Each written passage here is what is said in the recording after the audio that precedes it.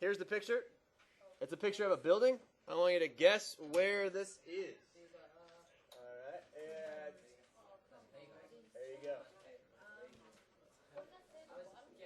It says, A is Malaysia, B is Las Vegas, C Seattle, D Japan, or E Peru. Where is this? Okay, you can guess. Healdsburg, yeah, this is in Healdsburg. No, it's not in Healdsburg. No, it's not in Healdsburg. You gonna change your answer? Let's think. 8. There's about 8 people. I think it was A. How many of you voted for B? It looks like in between about 3, right? How many people voted for C? About 6. How many voted for D? About 5. And how many voted for Peru? About 4. Okay, right? Well, I'm going to tell you later where it is. All right? I'm going to tell you later where it is, but before we can do that, because this thing has something to do with the Pythagorean Theorem, which we're going to talk about in just a little bit, but let me tell you what that is later. All right, here we go. There are 3 boxes that I'd like to talk about in the Pythagorean Theorem. Real easy. We've seen this before, so this shouldn't be any surprise to anybody else in the room, okay? Here's what it says, all right? The Pythagorean Theorem only works for right triangles, first of all. So notice I have a right triangle down there, all right? And it basically says this, okay? The leg plus the other leg of the right triangle and the hypotenuse, there's a relationship between them. And it says this.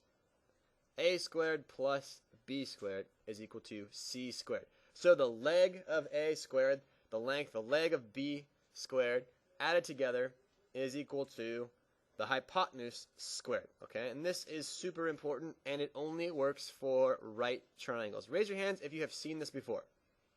Let the record show almost. Okay, let's go on to number 2. Let's talk about Pythagorean triples, all right? Now, a Pythagorean triple, maybe you haven't seen this part before, so this is something new. A Pythagorean triple, what it is when all 3 side lengths of a right triangle are integers. Okay? That's the key word. They're integers. And can someone remind the class what are integers again? Yes, Brittany, thank you. Negatives and positives. What type of numbers, though? Whole numbers. Very good. So here is an example. Here is an example of a Pythagorean triple. 3, right there, side length 3. 4, side length 4, and 5, side length 5. All 3 of those numbers, 3, 4, and 5, are integers. So in order for a Pythagorean triple to be called the Pythagorean triples, the numbers must be positive integers, such as like 1, 2, 3, 4, blah, blah, blah, blah. They cannot be decimals, such as 1.2 or 3.4. Okay?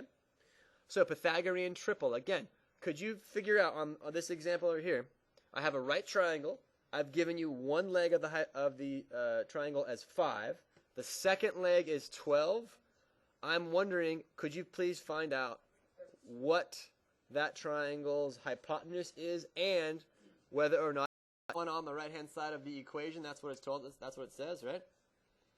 So we have 5 squared plus 12 squared equals x squared. So that means I have 25 plus 144 is equal to x squared. So how much is 25 and 144, everybody?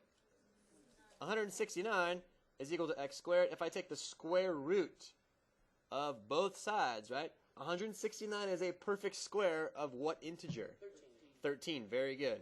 So question to the room. Anybody can answer it. Is this a Pythagorean triple, yes or no? Yes, it is. How come? Because they're all integers, right? They're all integers, right? Yeah, positive integers. Good, they're all positive integers. Okay, that's the idea behind a Pythagorean triple. And the last idea we're going to talk about today is finding area before we do some practice. Very simple part here, right? Finding area of triangle. So what would the area of this triangle have to be? And somewhere involved there must be a Pythagorean theorem, otherwise it wouldn't be in this section. So what is the formula for finding the area of a triangle? Robert. Area of a triangle. Somebody help Robert out. I think he knows it. He just maybe forgot for just 1 second. Yes. Yes, that is absolutely correct. It is 1/2 the base times the height. Good. All right.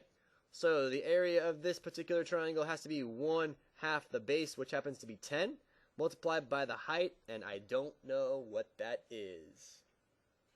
I don't know what the height is. So I need to set up a right triangle. Does anybody see a right triangle in there? Yeah, you sure do, right? I highlighted it in red for you. So here we go. If this is a right angle, notice that h is the thing I'm looking for. I know the hypotenuse is 7. And what is the base of my new, smaller right triangle? It's 5. Good. So if someone set up the Pythagorean Theorem for me, what would I do? H squared. Very good. Hold on, let me get there. Yes, h squared plus 5 squared is equal to 7 squared. H squared is equal to 49. Take away 25, because 7 squared is 49 and 5 squared is 25. So h squared must be... What's 49 take away 25? 24, we agree? So h must be the square root of 24. Now, can I break that down? I sure can. How would I do that? So that's the square root of 4 times the square root of 6. And of course, 4 is a perfect square, so h is 2 rad 6.